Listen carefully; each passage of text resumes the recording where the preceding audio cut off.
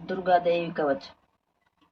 श्री मार्कंडेय जी बोले, हे ब्रह्मा जी, इस संसार में परम गुप्त जो कवच और जो सभी प्रकार से मनुष्य का रक्षा करने वाला जिसे अभी तक किसी ने प्रकट न किया, उस कवच को मुझे बतलाई। श्री ब्रह्मा जी मार्कंडेय जी से बोले, हे विप्र, जो अत्यंत छिपा हुआ संपूर्ण जीवन मात्र का उपकार करने वाला तथा पुण्यदायक श्री देवी जी का कवच है, सो तुम उस कवच को मुझसे सुनो। अब मैं तुम्हें पहले कवच की अधिष्ठात्री देवी की 9 मूर्तियों का नाम ध्यान करने के लिए बताता हूँ। वो इस क्रम से है: प्रथम शैलपुत्री, दूसरी ब्रह्मचारिणी, तीसरी चंद्रकला, चौथी कुष्ठमांडी, पांचवी छकदमाता, छठी कत्यायनी, सातवीं कालरात्रि, आठवीं महागौरी, नवीं सिद्धिदात्री है। यह 9 देवियां हैं। जो मनुष्य अग्नि से जलते समय अस्त्रों के बीच युद्ध में गया हो तथा मान संकट के भय से दुखी होकर भगवती की शरण में जाता है, उसका किंचित भी अनिष्ट नहीं होता और उस पर कभी भी आपत्ति, शोक, भय दुख नहीं देखता हूँ। जो मनुष्य सच्चे हृदय से भक्ति साथ भगवती का श्रवण करते हैं, उनकी सब प्रकार से वृद्धि होती हो है। और यह देवी तुम्हारा जो श्रवण करते हैं, उनकी तुम अवश्य रक्षा करते हो, इसमें लोक मात्र भी संदेह नहीं है।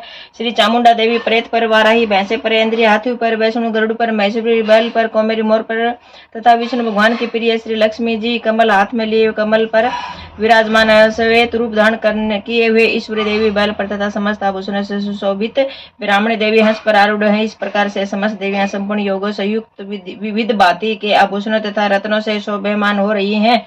ये समस्त देवियां क्रोध रथ पर बैठे हुए दिखाई देती हैं और शंख, गदा, शक्ति, हल, मूषक, खेटक, तोमर, फरसा, फास, भाला, त्रिशूल और उत्तम आयुष, सारंग, धनुष तत्वों का वध करने तथा भक्तों को अभय देने के लिए और देवताओं की लितकिरी इन शास्त्रों को धारण करती हैं। हे महारौद्र, महाघोर पराक्रम वाली देवी, हे महाभय विनाशिनी, पदकोश की पदावती देवी, कालरात्रि देवी, हाथों की मुक्तेश्वरी देवी, पित्त की पदकोश की पदावती, सुलेष्मा की चूड़ामणि देवी, ज्वालामुखी, नस जाल की और समस्त संधियों के अभेद देवी रक्षा करे। श्री ब्राह्मणी मेरे शुक्र वीर्य की और श्री क्षत्रिय देवी छाए की, अहंकार, मन, बुद्धि, धर्म धारणी देवी रक्षा करे तथा प्राण, अपमान, बयान, उदान और सम्मान की ब्रजस्ता देवी, प्राण की कल्याण शोभना देवी, योगिनी, रस, रूप, गंध, शब्द और स्पर्श की स्तोगुण, रजोगुण और तमोगुण की नारायणी देवी रक्षा करे।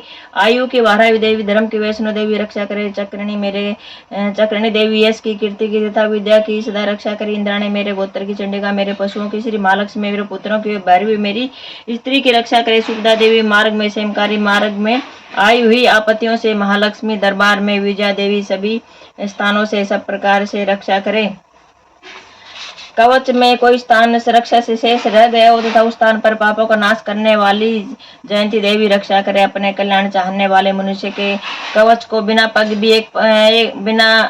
कवच के एक पग भी नहीं चलना चाहिए, क्योंकि कवच से अपनी रक्षा करके नित्य जिस जिस स्थान पर जाकर जिस कार्य की इच्छा करता है, उस कार्य से वह निश्चित ही वह पुरुष इस पृथ्वी पर अतुलनीय ऐश्वर्य को प्राप्त कर लेता था। जिसने कवच धारण कर रखा है, वह युद्ध में निर्भय होकर विजय को प्राप्त करता है, वह तीनों लोकों में पूजनीय होता है। यह देवी का कवच देवताओं को भी दुर्बल है। जो मनुष्य श्रद्धापूर्वक, पवित्र और नित्य प्रति तीनों संध्याओं के समय से भगवती के पाठ को करता है, उसे देवी कला प्राप्त होती है। वह त्रिलोक में कहीं भी पराजित नहीं होता तथा अकाल मृत्यु से रहित होकर 100 वर्षों तक जीवित रहता है। उसे लूसा, मकड़ी, विस्फोटक आदि रोग नष्ट हो जाते हैं।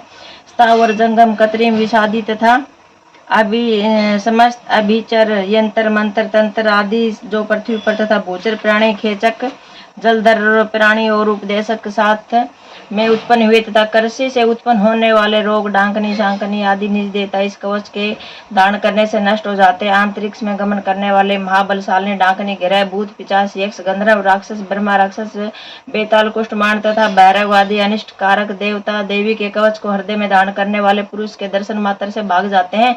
इस कवच को धारण करने से पुरुष के तेज की वृद्धि होती है, यश और कीर्ति भी बढ़ती है। जो मनुष्य पहले इस कवच का पाठ करके बाद में सप्तशती का पाठ करता है, उस मनुष्य के संतति, पुत्र, पौत्र आदि जब तक यह भूमंडल, पर्वत, वृक्ष, वन धारण किए हुए तब तक पृथ्वी पर बने रहते हैं। और जो देवताओं के लिए भी परम दुर्बल स्थान है, वह देहांत के बाद उस परमोत्तम धाम को प्राप्त करता है और दिव्य स्वरूप को प्राप्त होकर शिव जी के साथ आनंद का भागी होता है।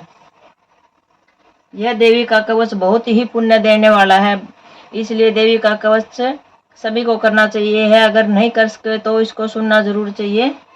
जय दुर्गा सप्तशती की जय। शेरा वाली माँ की जय हो।